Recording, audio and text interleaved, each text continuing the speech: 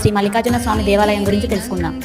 నంద్యాల జిల్లాలోని నల్లమల్ల అడవులలో కొండ గుట్టల మధ్య గల కృష్ణానది దక్షిణ ఒడ్డున శ్రీశైల పట్టణంలో ప్రసిద్ధి చెందినటువంటి ఆలయమే శ్రీ మల్లికార్జున స్వామి ఆలయం. ఇది అత్యంత ప్రసిద్ధి చెందినటువంటి ఆలయం. ద్వాదశ జ్యోతిలింగాలలో ఒకటి శ్రీశైల మల్లికార్జున స్వామి ఆలయం.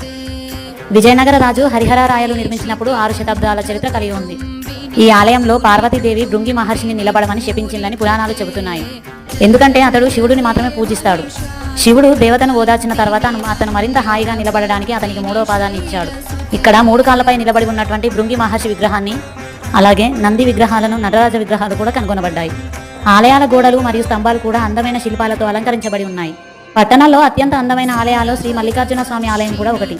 నల్లమల కొండలపై ఉన్నటువంటి ఏకైక పవిత్ర ఆలయం శ్రీశైల మల్లికార్జున స్వామి ఆలయం. అలాగే శ్రీశైలంలో ఇతర అగ్రశ్రేణి ప్రదేశాలు ఏంటో కూడా తెలుసుకుందాం. అక్క మహాదేవి గుహలు, శ్రీశైలం ఆనకట్ట, శికారేశ్వర దేవాలయం, భ్రమరాంబ దేవి దేవాలయం, పాతాళ